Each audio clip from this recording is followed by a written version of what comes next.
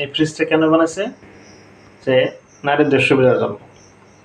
এটার ভিতরে আপনার রান্নাবান্না একদিন করে ৬-৭ দিন পর্যন্ত রেখে দেবে, বের করবে, গরম করবে, খাওয়াই দেবে। আবার দেখেন মাথার উপর ওই যে ঘূর্ণায়মান ফ্যান, নারীদের সুবিধার জন্য। হাত পাখা ব্যবহার করে বাতাস করতে হবে না, এই জন্য এই প্রযুক্তির আবিষ্কার করছে। আবার দেখেন এই যে গ্যাসের চুলা, কেন? মানে লাকড়ি দিয়ে রান্না বান্না করাতে কত কষ্ট হয়, কালি লাগা, ধোঁয়া লাগা, এই কষ্ট দূর করার জন্য এই প্রযুক্তির আবিষ্কার করছে।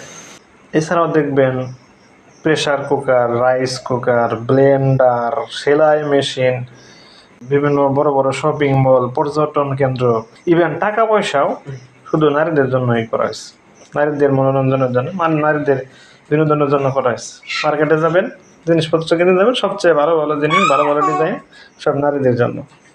নারী বিদ্বেষী না, আমি শুধু তুলনা করে দেখাচ্ছি যে পৃথিবীর প্রায় 70-80% আবিষ্কার শুধুমাত্র, কেবলমাত্র, একমাত্র নারীদের মনোরঞ্জন, নারীদের সুবিধার জন্য তৈরি করা হয়েছে, ওনাদের কষ্ট দূর করার জন্য তৈরি করা হয়েছে।